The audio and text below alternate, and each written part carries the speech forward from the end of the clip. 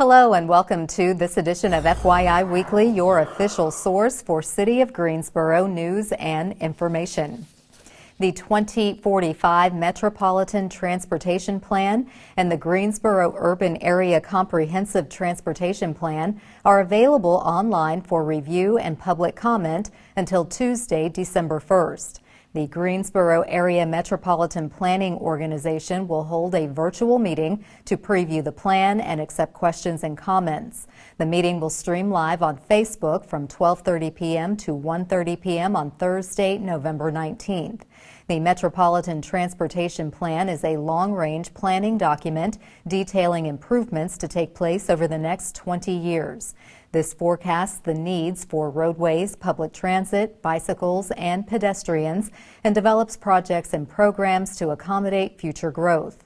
The plan evaluates project and program recommendations, analyzes the potential environmental impact due to implementation, and recommends future funding allocations.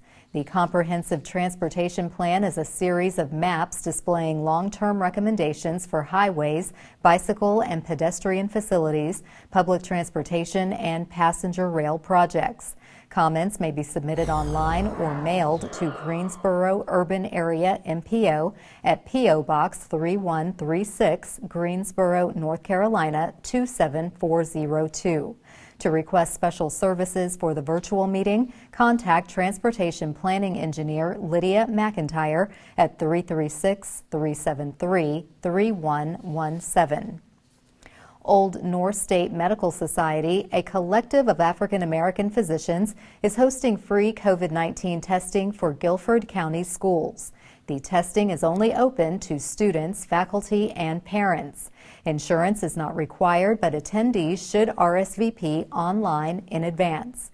COVID-19 testing will take place from 1 p.m. to 4 p.m. on the following days: Monday, November 9th at Andrews High School in High Point, Monday, November 9th at Welborn Academy of Science and Technology in High Point, Wednesday, November 11th at Northern Elementary School in Greensboro, Thursday, November 12th at Fairview Elementary School in High Point, and Friday, November 13th at Allen J. Elementary School in High Point. Since July, Old North State Medical Society has provided free testing each weekend throughout North Carolina, serving hundreds of residents. The City of Greensboro invites developers, investors, builders, and organizations with proven experience in demolishing blighted residential properties to submit a request for qualifications, or RFQ, to be appointed as a receiver. Interested parties should respond to the RFQ by 3 p.m. on Wednesday, December 2nd, to be part of the city's Vacant Housing Receivership Pilot Initiative. The city has created this program to more quickly bring abandoned, dilapidated, and deteriorating properties up to minimum housing standards so they may be returned to the community as safe, healthy, and affordable housing for future occupants. Qualified people and groups willing to be appointed by a Guilford County Superior Court judge as an independent authority to carry out needed repairs or demolition on Greensboro properties are encouraged to apply. Greensboro is joining other communities moving to a receivership process to take quicker action to prevent neighborhood deterioration resulting from the condition of these properties, increase available and affordable housing, and create jobs in the construction and property management industries. To learn more about the pilot program and the next steps of this initiative, visit the city's website. In an effort to help each of us improve our quality of life, the city developed a partnership with Cone Health to share a series of brief and informative videos designed to inspire you to make better choices when it comes to healthy living. Let's take a moment to check out today's News for Your Health. 1 in 4 Americans suffer from allergies. Don't let the things that contribute to your symptoms stop you from enjoying your activities. I am Dr. Rosalind Hicks, an allergist from Allergy and Asthma Center of North Carolina, a member of Cone Health Medical Group. Let's get started and talk about allergies. Allergies are the common cold. Very similar entities. They both consist of a lot of congestion, runny nose, sneezing.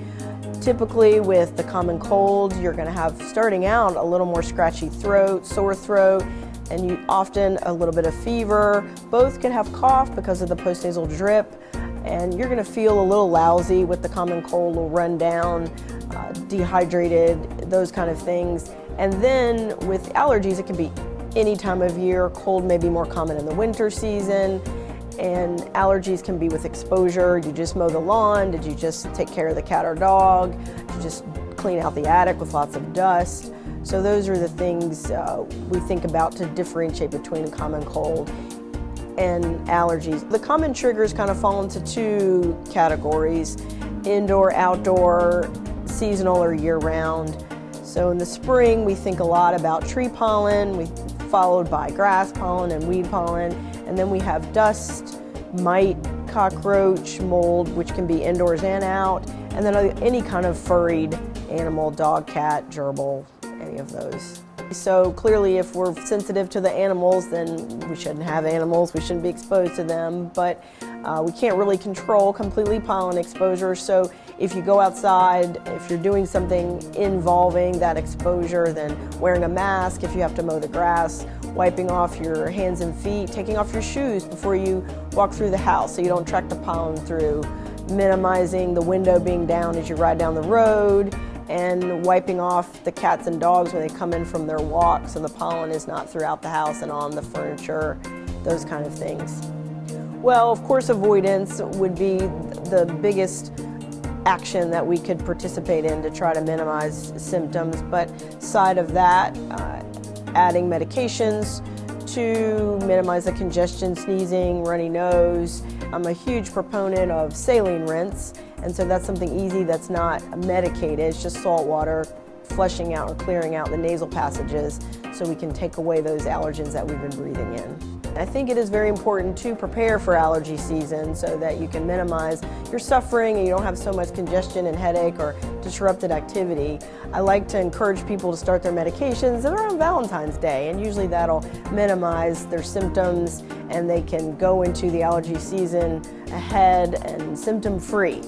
It is important for individuals to think about allergy testing if they're having lots of symptoms, uncontrolled symptoms, they've tried multiple medications, or they feel like there's one specific thing that they're really interested in knowing that they're allergic to. And especially if you have upper and lower airway symptoms, if you're coughing and wheezing, then that has become quite the standard for management to consider allergy injections. And we need to know exactly what you're allergic to be able to put in your specific vial so that we can manage you with the injections if we have the positive testing available there. And in the situation where you may be food allergic, having allergy testing can be very informative to know what to avoid. Thank you for joining us. I hope all this information has been helpful to decrease your suffering from allergies. For more information, go to conehealth.com/wellness. I'm Dr. Rosalind Hicks. The Opus concert series has not been canceled due to the coronavirus. A very diverse lineup is planned for the fall season. We'll have that story and more news coming up after the break. Stay with us.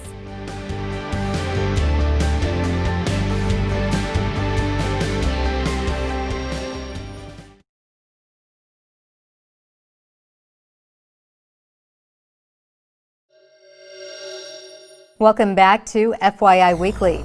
The Greensboro Public Library is offering the 21-day Racial Equity and Social Justice Challenge Learning Circle. This will begin at 7 p.m. on Tuesday, November 10th. A learning circle is a lightly facilitated group of learners coming together to achieve educational goals or to explore a new topic. Topics in this circle include voting, education, criminal justice reform, and public health. All perspectives are welcome. This 4-week program encourages participants to spend 20 minutes each day learning about social justice and racial equity. The program helps people to build more effective habits around the topics of race, power, privilege, and leadership. This challenge will also serve as a conduit to connect with one another and identify ways to dismantle racism and other forms of discrimination. The concept was developed by Peer-to-Peer University, a nonprofit organization and global community dedicated to creating equitable, empowering, and liberating alternatives to mainstream higher education. To register for this free learning circle, visit the library's website. The Opus concert series will return beginning on Sunday, November 29th. Creative Greensboro, the city's Office of Arts and Culture, will broadcast its fall concerts at 6 p.m. through December 20th. The concerts will air on Creative Greensboro's Facebook page. A Facebook account is not required to watch the concerts. The concerts range from classical and holiday favorites to tango and R&B. They feature small groups of musicians from 2 city-sponsored community music ensembles, Philharmonia of Greensboro and Greensboro Concert Band, and guest artists including Lorena Gillen Tango Ensemble and Sheila Star Productions. Fall 2020 Opus lineup features Bad Cameo and Sol de Luna on November 29th, small ensembles from the Philharmonia of Greensboro on December 6th, Lorena Gillen Tango Ensemble and Sheila Star Productions on December 13th, and small ensembles from the Greensboro Concert Band on December 20th. Additional Opus concerts are planned for spring 2021. Details will be announced at a later date. The Opus Fall Series is sponsored by Fox 8. To learn more about the Opus Concert Series, visit the Creative Greensboro website. Arts Greensboro is accepting applications for the Multicultural Grassroots Grant for Greensboro-based multicultural organizations seeking project and operating support. Funded by the North Carolina Arts Council's Grassroots Arts Program, this is intended to provide access to Greensboro citizens' quality arts experiences. Grant amounts start at $500 and the application deadline is Friday, November 27th. Eligible organizations must have been in operation for at least 1 year, and while nonprofit status is preferred, for-profit organizations may also apply. Applicants must reside and carry out projects within Guilford County. All projects must occur between July 1, 2020 and June 15, 2021. If the applicant is applying for project support for artist-led programming, the majority of the artists must be African American, Asian American, Latino, or Native American. Arts Greensboro's priority area of support for the multicultural grassroots grants is to provide operating or program support to qualified arts organizations not already receiving or eligible to receive support from North Carolina Arts Council. For more information, please contact Arts Greensboro's Grants Manager, Darlene McClinton, at 336-279-7086. November is National Family Engagement Month. A host of activities is planned for families who care for kids in Guilford County schools. Coming up after the break, we'll tell you about the Guilford Parent Academy. Stay with us.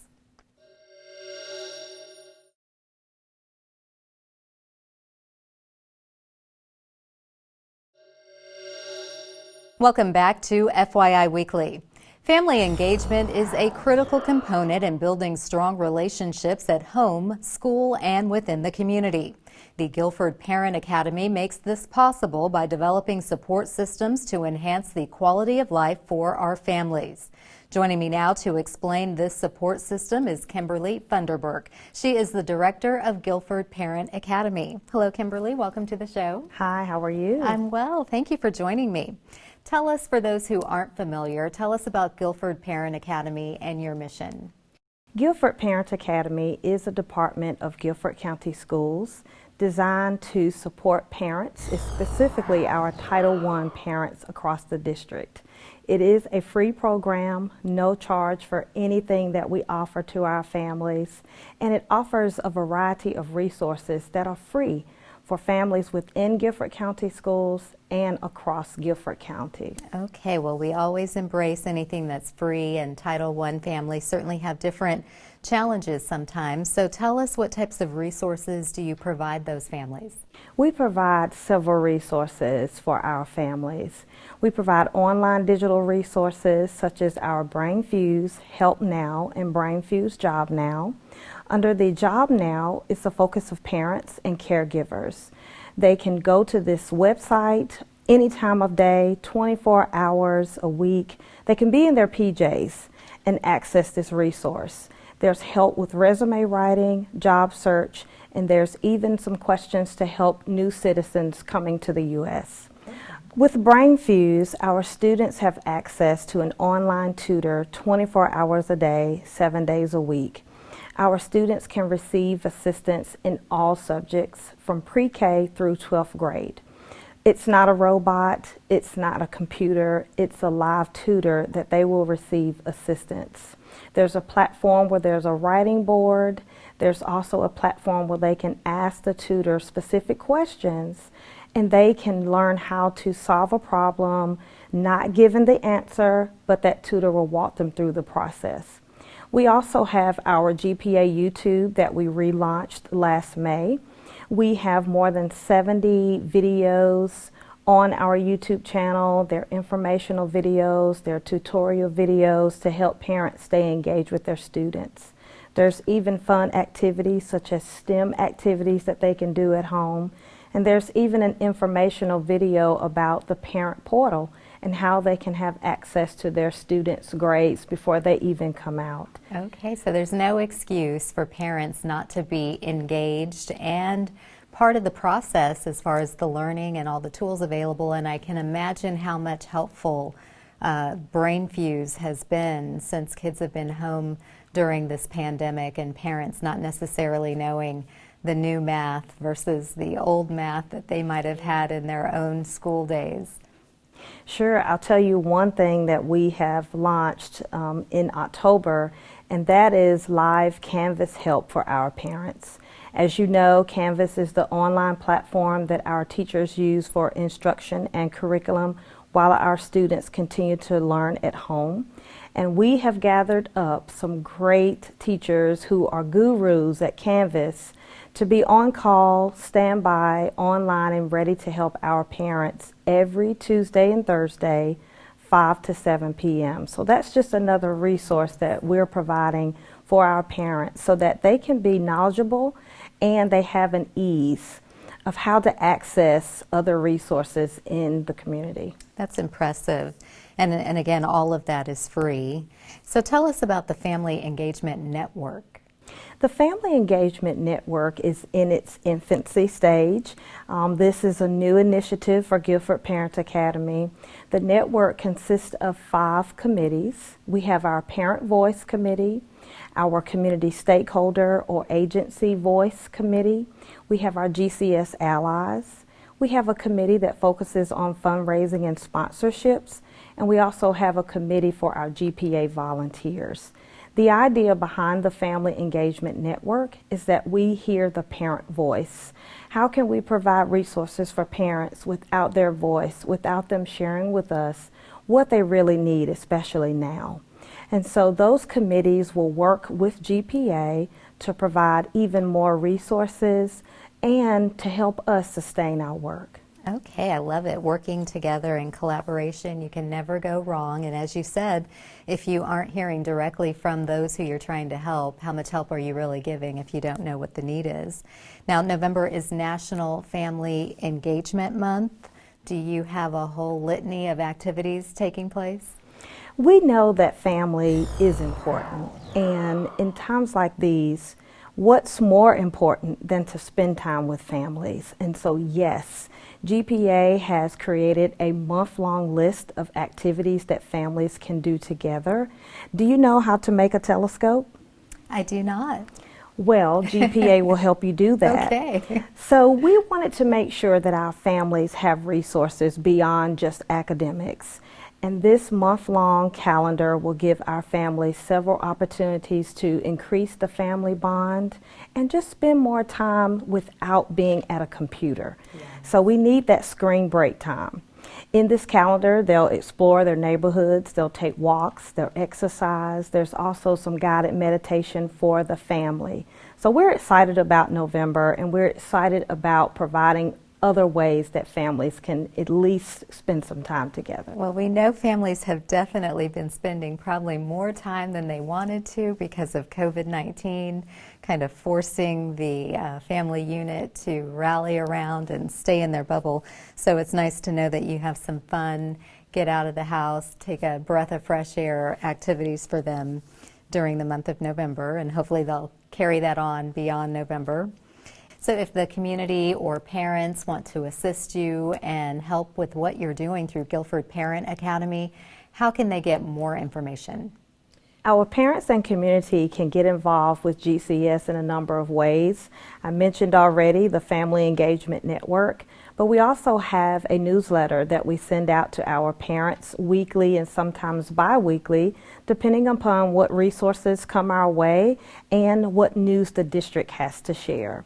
So they can always reach us through our website, which is found on the district's website, and that's www.gcsnc.com. They can also reach us on Facebook and Twitter, as well as Instagram. So we're at GCS Parent Acad.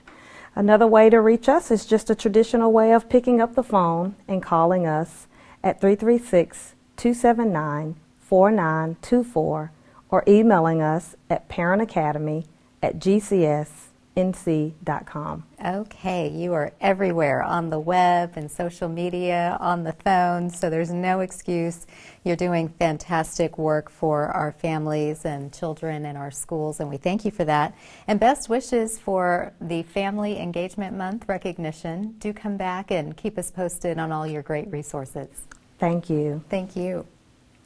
Stay tuned for some useful information about Greensboro as we tell you something about the city. That's coming up after the break. Stay with us.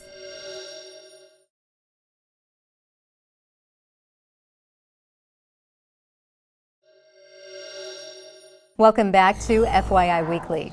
One way to stay informed about decisions that impact our city is by attending or tuning in to City Council meetings at 5:30 p.m. on the first and third Tuesday of the month. The fourth Tuesday is reserved for a meeting as needed. Due to COVID-19, the City Council is meeting virtually. The Greensboro City Council meetings are broadcast right here on GTN. The meetings are also streamed live on the city's website and on Roku. City Council meetings usually take place on Level 2 of the Melvin Municipal Office Building, located at 300 West Washington Street. To review the council meeting schedule and agendas, please visit the city's website. Here's an opportunity to learn a little something about the city. Funding is still available to assist with rent and utilities as well as mortgage payments for residents impacted by COVID-19. Those behind in rent or at least one mortgage payment for at least 1 month since April 1st qualify for assistance under the Federal CARES Act. Rental assistance is up to $1,500 payable to the landlord and up to $400 for utilities.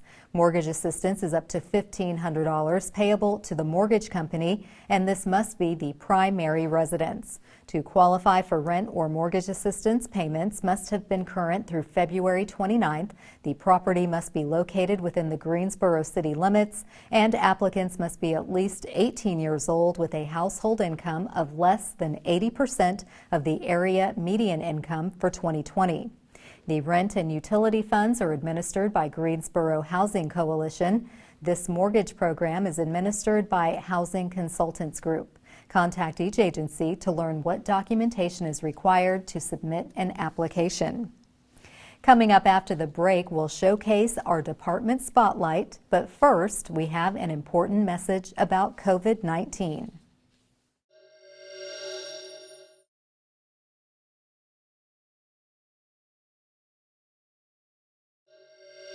Remember the 3 W's. Wear a cloth face mask covering, wait 6 feet from others, and wash your hands often. By working together, we can adjust to this new normal and continue to save lives.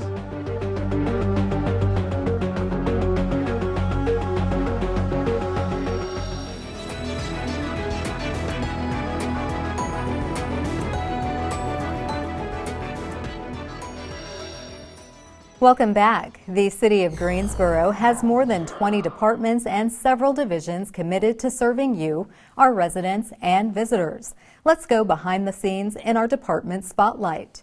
Greensboro Parks and Recreation hosted a ribbon-cutting ceremony at Barber Park for the new outdoor basketball court, naming it after Kenneth Free Sr. Free is a trailblazing African-American athlete and former Greensboro Parks and Recreation Commissioner and retired Director of Windsor Recreation Center. The existing indoor courts at the George Simpkins Indoor Sports Pavilion are also named in his honor. Free played professional baseball in his youth, followed by a career in recreation and athletics administration. In 1978, he became the first African-American commissioner of the Mid-Eastern Athletic Conference, where he helped build exposure for athletes at historically black colleges and universities. Free was instrumental in MEAC institutions attaining NCAA Division I status. Also in 1987, Free was the first African-American appointed to the NCAA Division I Men's Basketball Selection Committee. He later served as commissioner of the Eastern Intercollegiate Athletic Association.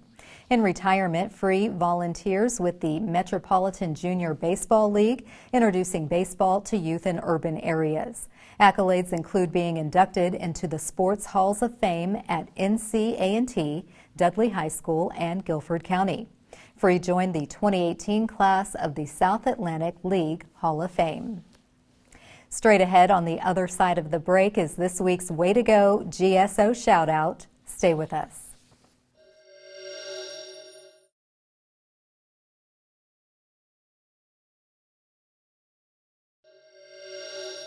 As we draw to a close, we always want to end on a positive note with our Way to Go GSO shout out.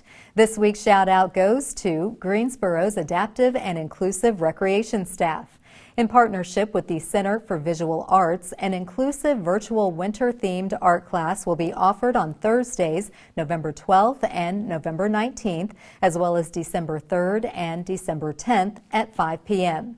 The program will culminate with an in-person gallery exhibition to display the participants' completed artwork. The cost is $10 and materials will be provided. The deadline to register online is 12 p.m. on November 10th.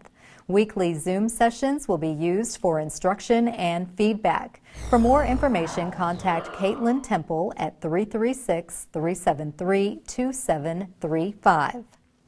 Please remember, as more places continue to open, wear your face covering, wait 6 feet apart, and wash your hands often.